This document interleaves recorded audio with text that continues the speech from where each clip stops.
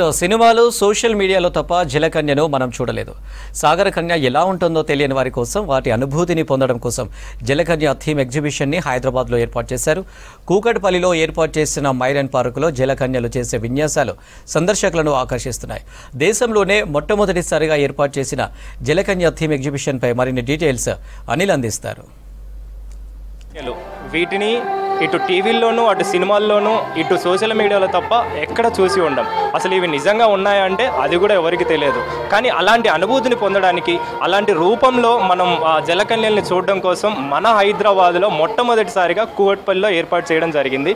ఏదైతే marine park ఉందో ఆ మెరైన్ పార్క్లో అండర్ వాటర్ టన్నెల్లో ఈ యొక్క థీమ్ని ఎగ్జిబిషన్ థీమ్ని ఏర్పాటు చేశారు. అందులోనూ ఈ జలకన్యలకు సంబంధించి వీళ్ళు ఎలా ఉంటారు, నిజంగా జలకన్యలు ఇలానే ఉంటాయా అని అంటే అది కూడా మనకు ఐడియా లేదు. కానీ నిజంగా ఉంటాయనంటే ఇదే రూపంలో ఉంటాయని చెప్పేసి చాలామంది చెప్తూ ఉంటారు. ఈ జలకన్యలు వచ్చేసి దాదాపు 6 వచ్చారంట. 6కి సంబంధించి జలకన్యలు రావడం జరిగింది. వీళ్ళు వచ్చేసి ఫిలిపియన్స్ సంబంధించి వీళ్ళు ఇక్కడికి రావడం జరిగింది.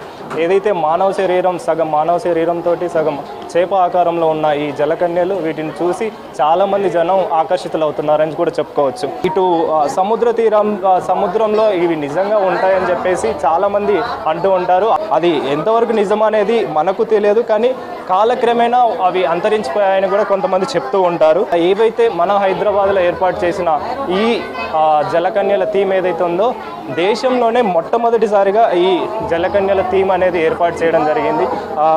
వీటి కోసం ఫిలిపియన్ నుంచి 6 అమ్మాయిలని ఇక్కడికి తీసుకొచ్చి ఏదైతే జలకన్య రూపం ఉందో ఆ రూపం కోసం వీళ్ళకి అలాంటి రూపం ఇచ్చి జలకన్యల రూపాన్ని ఇచ్చి ఇక్కడ వీరిని సందర్శనార్థమై వీరిని ఇక్కడ ఏర్పాటు చేయడం అయితే జరుగుతుంది. వీళ్ళ విన్యాసాలు చూసి చాలామంది జనం ఇక్కడికి వచ్చి ఎంజాయ్ చేస్తూ ఉన్నారు. మనం చూసుకోవచ్చు చిన్నపిల్లల నుంచి పెద్ద పిల్లల వరకు అందరూ ఇక్కడ ఈ జలకన్యలను చూడడానికి చాలామంది అయితే వచ్చారు.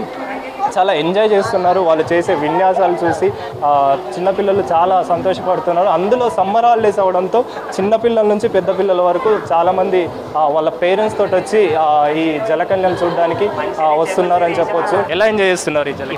ఏదో బాగుంటుందని పేపర్లో చదివినా. అంటే మీరు పేపర్లో చూసి ఇక్కడికి వచ్చారా? అంటే గూగుల్లో సెర్చ్ చేసినప్పుడు దాని గురించి ఇన్ఫర్మేషన్ వచ్చింది.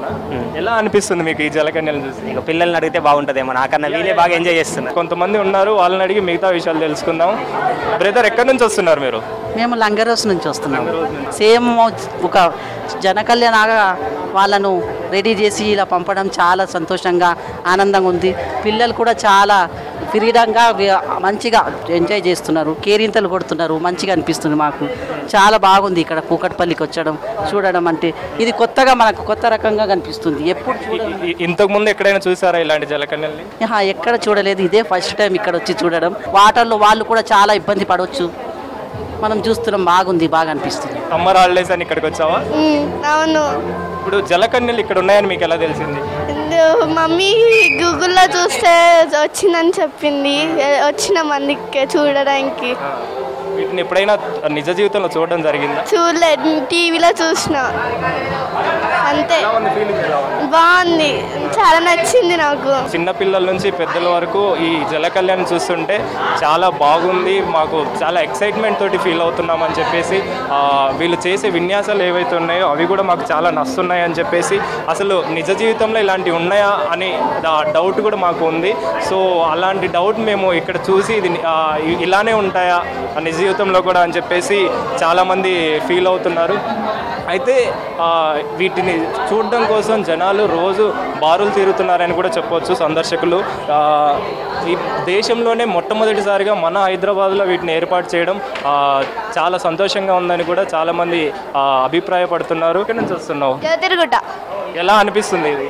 ఎగ్జైటింగ్. ఇలాంటి జలకన్యల్ని ఇంతకుముందు ఎక్కడైనా చూసావా? చూడలేదు, మూవీస్లో చూసా. అంతే. ఎలా అనిపిస్తుంది మీకు? హ్యాపీ. ప్రతి ఒక్కరిని ఎవరిని అడిగినా కూడా ఫీలింగ్ చాలా ఎక్సైట్మెంట్ ఉంది అని చెప్పేసి చెప్తున్నారు. ఇంకొకళ్ళు ఉన్నారు, వాళ్ళని అడిగి మిగతా విషయాలు తెలుసుకున్నారు.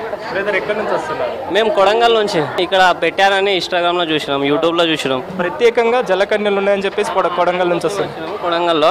కొడంగల్ నుంచి డైరెక్ట్ వచ్చినాం ఇక్కడికి. ఎంత బాగున్నాయంటే చేపలు కూడా చాలా బాగున్నాయి, హైలైట్ కనిపిస్తున్నాయి మొత్తం. ఎప్పుడు చూడలేదు ఇది కొత్తగా అనిపించింది మా చిన్నప్పటి నుంచి మనం వింటూ ఉంటాం జలకన్యలు ఉన్నాయి, సముద్రంలో ఉంటాయి అని చెప్పేసి. నిజంగా అవి ఉన్నాయని మీరు ఫీల్ అవుతుంటారా? ఇప్పుడు అప్పుడైతే ఫీల్ అవుతుంటాం, ఎందుకంటే చెప్తారు కాబట్టి ఫీల్ అవుతుంటాం. ఇక్కడైతే నిజం చూసినట్లుంది.